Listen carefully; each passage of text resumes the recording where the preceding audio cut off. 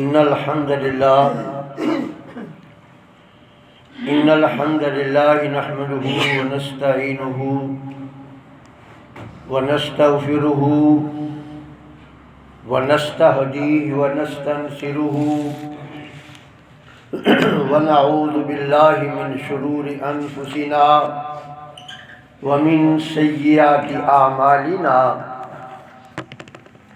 من يهده الله فلا مضل له ومن يضلله فلا هادي له وأشهد أن لا إله إلا الله وحده لا شريك له وأشهد أن محمدًا عبده ورسوله أما بعد فإن أحسن الحديث كتاب الله وخير الهدي هدي محمد وشر الأمور محدثاتها وكل محدثة بدعة وكل بدعة ضلالة وكل ضلالة في النار اللهم صل على محمد وعلى آل محمد كما صليت على إبراهيم وعلى آل إبراهيم إنك حميد مجيد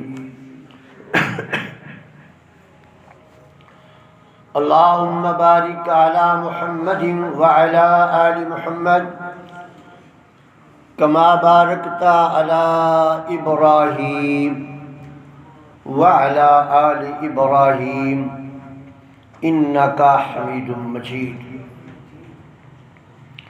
أعوذ بالله من الشيطان الرجيم بسم الله الرحمن الرحيم والذين إذا أنفقوا لم يسرفوا ولم يقتروا وكان بين ذلك قواما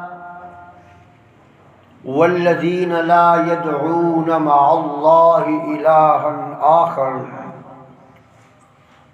ولا يقتلون النفس التي حرم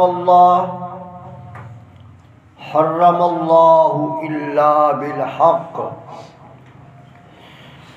ولا يزنون ومن يفعل ذلك يلقى أثاما يضاعف له العذاب يوم القيامة ويخلد فيه مهانا إلا من تاب وآمن وعمل عملا صالحا فأولئك يبدل الله سيئاتهم حسنات وكان الله غفورا رحيما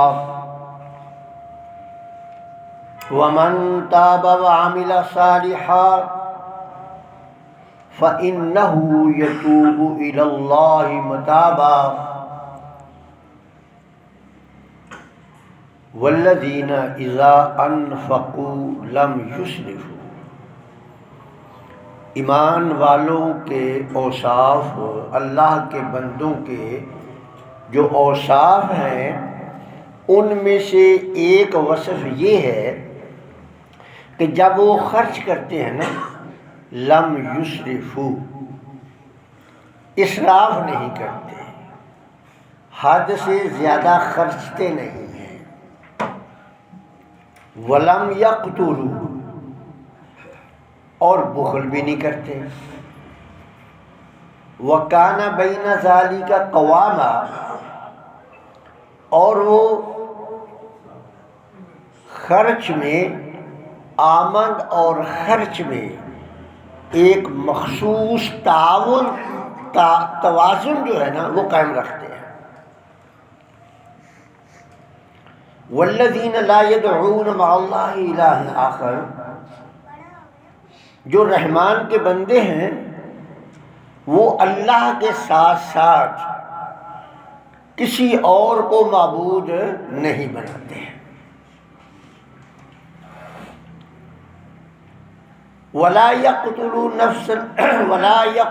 النفس التي حرم اللہ، اور نہ اس جان کو قتل کرتے ہیں جس کو اللہ نے محترم بنایا ہے، الا بالحق، مگر اس طریقے پر جو رب العزت نے جائز قرار دیا ہے۔ ولا یزنون، وہ بدکاری کا ارتکاب نہیں کرتے۔ ومن یفعل ذلک، جو یہ کرے گا، یعنی جو باتیں بتائی گئی ہیں، خرچ میں اسراف کرے یا بخل کرے، مسجد میں گردن اللہ کے سامنے جھکتی ہے اور باہر کسی مزار کے سامنے جھکتی ہے، وہ ایسا بھی نہیں کرتا۔ وہ کسی بھی ذی روح کو بغیر مالک کی اجازت کے قتل نہیں کرتا، وہ بدکاری کا ارتکاب نہیں کرتا۔ یہ اوصاف ہے۔ اگر ان میں سے کوئی ایک کی نافرمانی کرے گا یا سب کی کرے گا، ذالک یلقی اثاما، اس کا انجام یہ ہوگا کہ وہ گناہ گار بن جائے گا، وہ رحمان کے بندوں کی فہرست سے خارج ہو جائے گا۔ یضاعف لہ العذاب یوم القیامہ، محشر کے روز اس کے عذاب میں بتدریج اضافہ ہوتا چلا جائے گا۔ وَيَخْلُدْ فِيهِ مُهَانًا، اور پھر اس کے اندر وہ طویل المیعاد تک نہایت ذلت کے ساتھ اپنی زندگی گزارے گا۔ الا من تاب وآمن وعمل عملا صالحا، ہاں اگر اس کے ضمیر نے اسے جھنجھوڑا اور اس نے ضمیر کی آواز پر لبیک کہتے ہوئے اللہ کی طرف رجوع کر لیا، ایمان مکمل کر لیا، ایمان سے شرک کی آمیزش کو ختم کر دیا، پھر اچھے اعمال کیے، وہ مالک اس بندے پہ اتنا راضی ہو جائے گا کہ اس کے ماضی کے گناہ نیکیوں میں بدل دے گا۔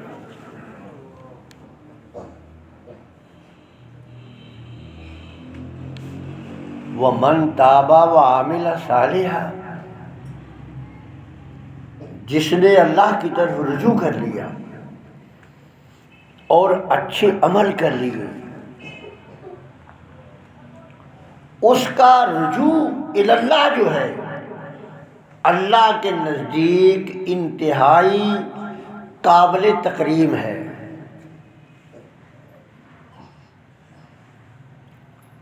پہلے جو ہم نے اس سے پہلے پڑھا اس میں بھی 3-4 صفتیں بیان کرنے کے بعد پھر ایک تذکرہ کیا اس کا، اور آج بھی ایسا ہی ہے۔ 3-4 بندے کے جو اللہ کے نیک بندے ہیں نا، ان کے اوصاف بیان کرنے کے بعد پھر اس کا انجام بتا دیا بھی کیا ہے۔ پہلی بات یہ بتائی کہ والذین اذا انفقوا لم یسرفوا ولم یقتروا، کہ جو اللہ کے بندے ہیں نا، وہ خرچ کرتے وقت اسراف نہیں کرتے۔ اس کے 2 مفہوم ہیں۔ دونوں صحیح ہے، دونوں درست ہے۔ ایک تو اس کا مفہوم یہ ہے کہ جب وہ خرچ کرتے ہیں نا تو خرچ کرتے وقت اس بات کا خیال رکھتے ہیں کہ جس مالک نے مجھے صحت اور تندرستی دی، جس مالک نے مجھے آمدنی کے ذرائع میسر کیے، میری اس کمائی میں اس مالک کے ان بندوں کا بھی حق ہے جن کو اس نے صحت نہیں دی، بیمار کر دیا ہے۔ میری اس کمائی میں ان بندوں کا بھی حق ہے جن کو اس نے ذرائع معاش سے محروم کر دیا ہے۔ وَلَمْ يَقْتُرُوا، جب وہ اسراف نہیں کرتا تو پھر وہ اللہ کی راہ میں بھی خرچ کرنے کے لیے کچھ رکھتا ہے، اور جب اللہ کی راہ کی طرف خرچ کرنے کے لیے وہ ہاتھ بڑھاتا ہے نا تو وَلَمْ يَقْتُرُوا، پھر وہ بخل نہیں کرتا ہے۔ شیطان اس کو ورگلاتا ہے، الشیطان یعدکم الفقر، شیطان کہتا ہے کہ تو ایسے تنگ دست ہو جائے گا۔ وہ اس کی بات نہیں مانتا۔ وَلَمْ يَقْتُرُوا، وہ بخل نہیں کرتا اللہ کی راہ میں خرچ کرنے سے۔ ایک مفہوم تو یہ ہے۔ اسراف کا مطلب، اچھا اس کے بعد یہ بتایا وَكَانَ بَيْنَ ذَلِكَ قَوَامًا، کہ وہ میانہ روی اختیار کرتا ہے، آمد اور خرچ کے درمیان ایک توازن قائم رکھتا ہے وہ۔ اور دوسرا اس کا مفہوم یہ ہے کہ جب وہ خرچ کرتا ہے تو اپنی ضرورت کے مطابق خرچ کرتا ہے، اور وَلَمْ يَقْتُرُوا، اور دولت کو سمیٹ کر بھی نہیں رکھتا۔ رب ذوالجلال نے جو کہا ہے اما بنعمت ربک فحدث، جو تیرے رب نے تجھے دیا ہے اس کا اپنے پر اور اپنے بچوں پر اظہار بھی کر۔ ایسا نہیں ہے کہ رب نے دیا ہے لیکن وہ دولت کا ایسا دل دادا ہے کہ وہ اسے لاکھوں میں رکھتا ہے لیکن بیوی بچوں پہ خرچ نہیں کرتا۔ دونوں مفہوم اس کی اپنی اپنی جگہ پر ہے۔ اب اس کے لیے معیار کیا ہے؟ اچھا، بڑے تعجب کی بات ہے، یہ تو قرآن نے کہا ہے کہ بھی وہ نہ اسراف کرتے ہیں نہ بخل کرتے ہیں، لیکن پورا قرآن پڑھ کے دیکھ لیجئے لیکن معیار نہیں بتایا۔ کیوں؟ اس لیے کہ معیار ہر معاشرے کا الگ الگ ہے، ہر ماحول کا جو ہے نا معیار الگ الگ ہے۔ قرآن نے متعین کر کے محدود نہیں کیا۔ کبھی وقت تھا کہ لوگ مکانوں کو ٹھنڈا رکھنے کے لیے کچی اینٹوں کا بناتے تھے، ہے جی، ہوادار کھڑکیاں رکھتے تھے، کھڑکیوں کے سامنے سرسبز و شاداب پودے لگاتے تھے، گوشت کو چند دنوں کے لیے یا چند مہینوں کے رکھنے کے تک کھانے کے لیے دھوپ میں خشک کر لیتے تھے۔ اب اس کی جگہ ریفریجریٹر فریجیں آ گئی ہیں، ٹھنڈی ہواؤں کے لیے اے سی آ گئے ہیں۔ تو معیار جو ہے وہ کیا ہے؟ معیار یہ ہے کہ آپ نے ایک تو اپنے خاندان میں دیکھنا ہے، اپنے پڑوس میں دیکھنا ہے، اور اپنی آمدن اور اخراجات میں توازن کو برقرار رکھنا ہے۔ ایسا نہیں ہے کہ 2-4 لاکھ روپیہ جمع کر لیا اور عید کا موقع آ گیا تو بیوی اور بیٹیوں کو لے کر بانو بازار چلا گیا اور وہ جو 2-4 لاکھ تھا وہ سارا خرچ کر کے آ گیا۔ اتفاق ایسا ہوا کہ عید کے ایک آدھ پیسہ تو سارا ادھر لگایا تھا، اتفاق ایسا ہوا کہ ایک آدھ دن عید سے پہلے گردے کی درد شروع ہو گئی، ہارٹ کا مسئلہ بن گیا۔ اب پیسے تو جو تھے وہ تو گئے بانو بازار میں، اب وہ ٹیلی فون ملا رہا، کبھی اس کو فون کر رہا ہے، کبھی اس کو فون کر رہا ہے، کبھی اس کو فون کر رہا ہے۔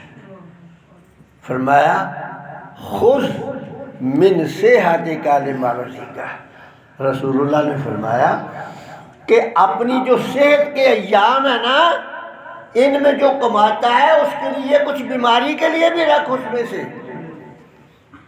ایسا نہیں کہ سارے کا سارا بے خرچ کر دیا ہے اور اب جو ہے وہ کبھی چاچے سے، کبھی ماموں سے، کبھی تائے سے کہتا ہے کہ یار یہ اچانک بیماری آ گئی ہے، بس 1 مہینے کے لیے دے دو، 10 دن کے لیے دے دو، 20 دن کے لیے دے دو۔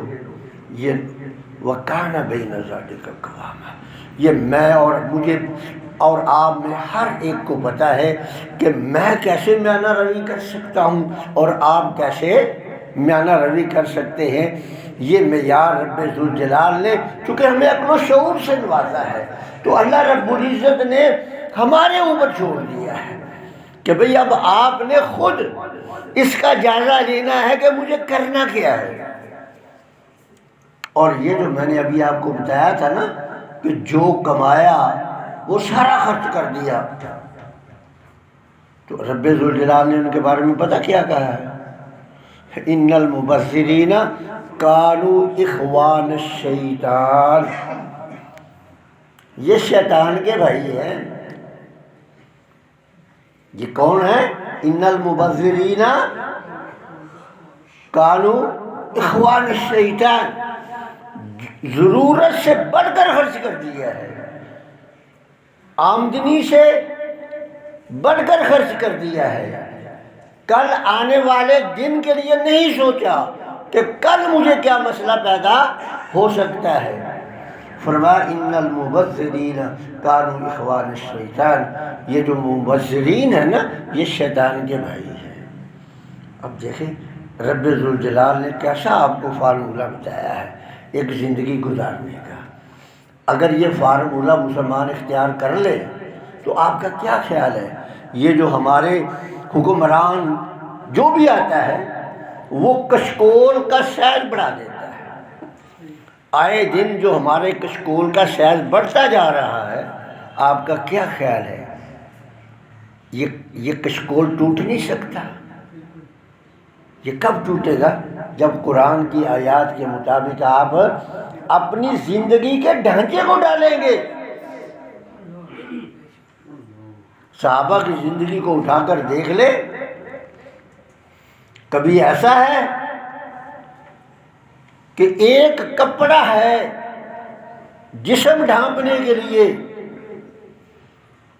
اور کبھی ایسا ہے کہ جسم سے خوشبو کی مہک بہہ رہی ہے۔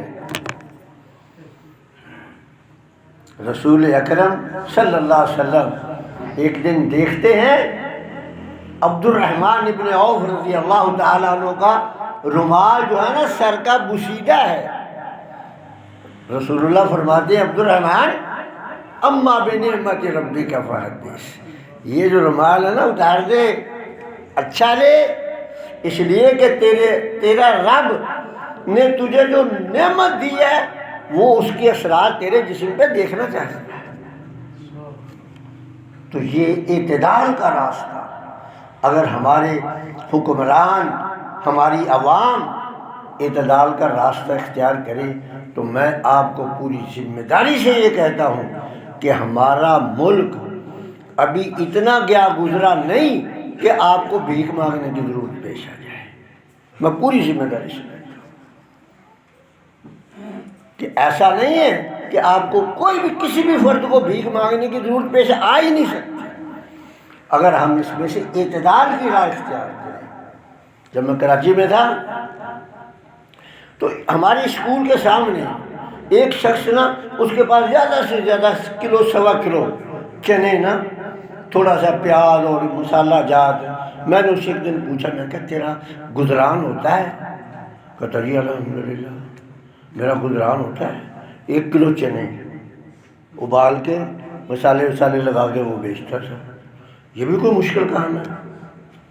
ایک آدمی فٹ پاتھ پہ بیٹھا ہے، اس نے 2-3 رنگوں کی ڈبیا پالش کی پکڑی ہوئی ہے، ایک برش ہے بیٹھا، وہ جوتے پالش کر رہا ہے، گزران ہو رہا ہے اس کا۔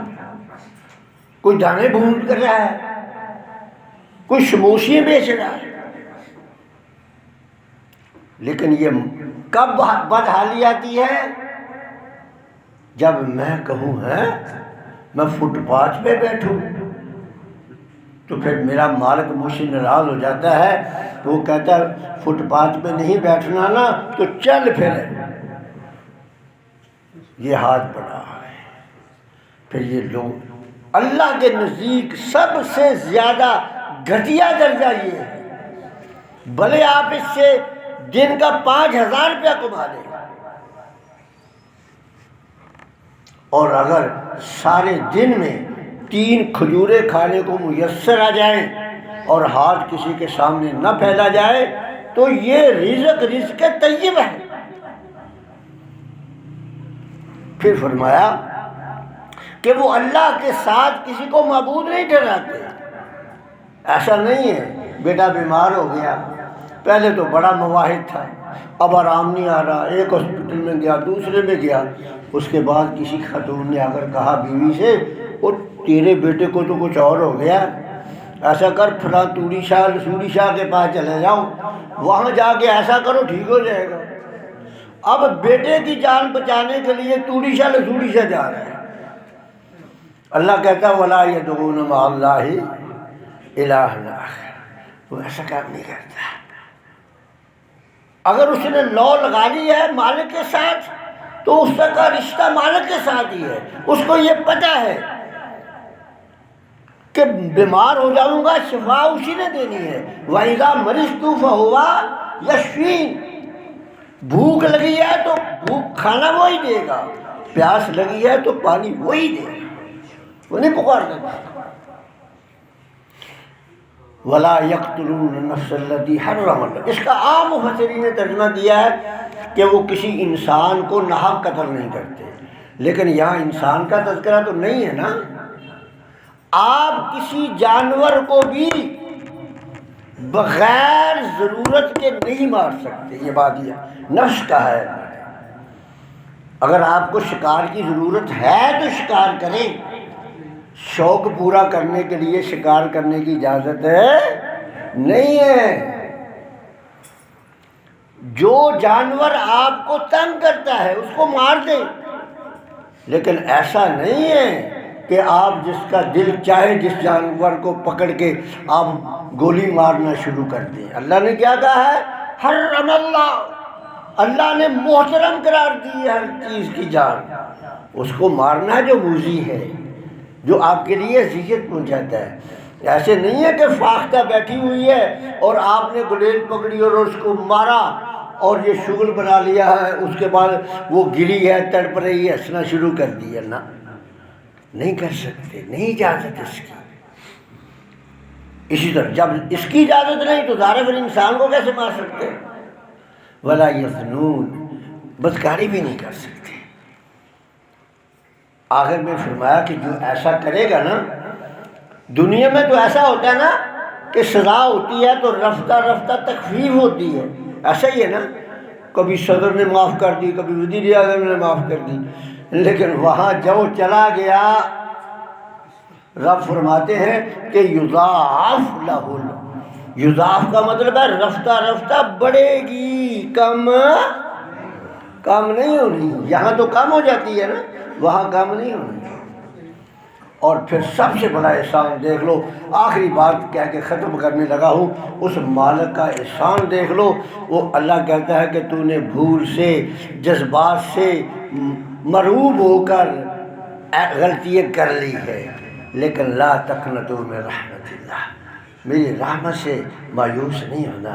یہ دل میں خیال نہیں کر لینا کہ میں نے تو اتنے پاپ کمائے ہیں، اب ساری عمر تو ساری زندگی تو گزری پرستے بتاں میں غالب، تو اب کیا ہوگا؟ رب کہتا ہے کہ اب بھی ہو جائے گا۔ تم میری طرف آ تو صحیح، میں تو تیرے انتظار میں ہوں۔ صرف گناہ معاف نہیں کرے گا، بلکہ کیا کرے گا؟ گناہوں کو نیکیوں سے بدل دے گا۔ کیا آپ نے گناہ ہے، اب مالک سے لگا لی، لو اعتراف جرم کا کر لیا، اعتراف، اب رب ذوالجلال ان نیکیوں کو، ان برائیوں کو نیکیوں میں بدل دے گا۔ آپ مجھے بتاؤ اس سے بڑھ کر کوئی احسان ہو سکتا ہے؟ تو اللہ سے دعا ہے کہ اللہ تعالیٰ مجھے بھی اور آپ کو بھی جو ہم غلطیاں کر بیٹھے ہیں سچے دل سے توبہ کرنے کی توفیق دے دے، اور ہمارا مالک ہمارے ساتھ جو اس آیت میں تذکرہ ہوا ہے وہی سلوک کرے کہ ہمارے پرانے گناہ بھی فرشتوں سے رب کہہ دے کہ وہ ریموو کر دو ان کی، جہاں تم نے سو لکھا ہے نا وہاں تم حسنہ کر دو، سو کو کاٹ کے۔ وآخر دعوانا الحمدللہ۔